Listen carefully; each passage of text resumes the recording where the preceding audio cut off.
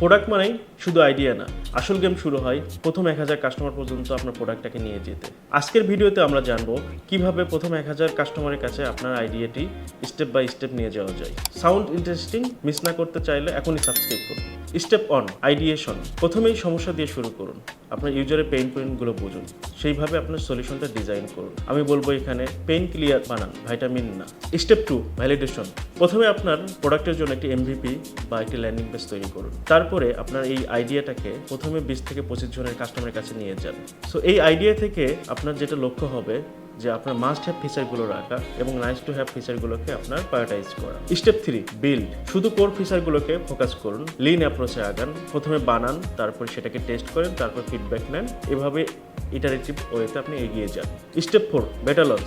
প্রথমে আপনার ছোট কমিউনিটিতে প্রোডাক্টটা লঞ্চ করুন, তারপর এই প্রোডাক্টটার অ্যানালিটিক্সগুলো দেখুন। অ্যানালিটিক্স থেকে আপনি কাস্টমারের প্রবলেমগুলো বের করে সেগুলোকে আপনার রোডম্যাপে প্রায়োরিটাইজ করে ফেলুন। Step 5, product market fit. আপনার প্রোডাক্টটা মার্কেটে ফিট করেছে কিনা সেটা জানার জন্য আপনি রিটেনশনটা দেখুন কিংবা আপনার কাস্টমারদের কথা শুনুন। ইউজাররা বারবার ফিরে আসছে কিনা সেটা দেখুন।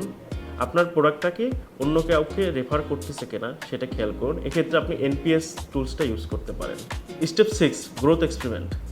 রেফারাল প্রোগ্রাম চালু করুন, কমিউনিটি এঙ্গেজমেন্ট বাড়ান এবং আপনার প্রোডাক্টটার যারা আর্লি অ্যাডাপ্টার তাদের ফিডব্যাকগুলো আপনি টেস্টিমনি হিসেবে ইউজ করুন।